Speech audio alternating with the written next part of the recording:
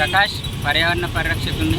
నేను మొన్న హన్మకొండ కాళోజీ విగ్రహం నుండి పాదయాత్రగా బయలుదేరడం జరిగింది. ఈరోజు 3వ రోజు. జనగాం నుండి భువనగిరి వరకు ఈరోజు చేరుకుంటాను. నా పాదయాత్ర యొక్క ముఖ్య ఉద్దేశం జలాశయాలను సంరక్షించుకోవాలని.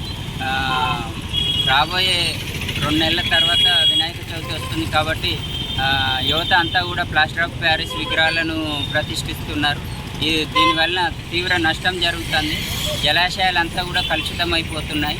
కాబట్టి మనం మట్టి విగ్రహాల వైపు మళ్ళాలని నేను కోరుకుంటున్నాను. జపాన్లో కూడా ఇదే విధంగా చెరువులు కలుషితం అవడం వల్ల, అందులోని చేపలు తినడం వల్ల మినిమిటా వ్యాధి అనేది సంభవించింది. అప్పుడు వేలాది మంది ప్రజలు తీవ్ర అనారోగ్యానికి గురై వేలాది మంది మరణించారు కూడా.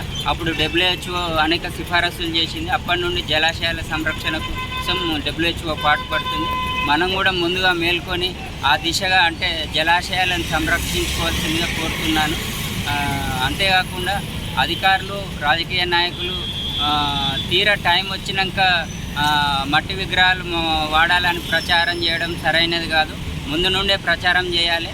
ఆ విధంగా అయితేనే మనం జలాశయాలను సంరక్షించుకోవడానికి అవకాశం ఉంటుంది. మరియు అధికారులు, రాజకీయ నాయకులు, ప్రజాప్రతినిధులు అంతా కూడా మట్టి విగ్రహాలకు మాత్రమే చందా ఇవ్వాలి, మట్టి విగ్రహాలను మాత్రమే దర్శించుకోవాలి, మట్టి విగ్రహాలను మాత్రమే ఎంకరేజ్ చేయాలి. అది ముందు నుండి ఉండాలి. తీరా టైం వచ్చినాక వాళ్ళను ఆపేయమంటే అది సరైన చర్య కాదు. ఆ దిశగా వాళ్ళు ఆలోచిస్తారని నేను భావిస్తున్నాను. ధన్యవాదాలు.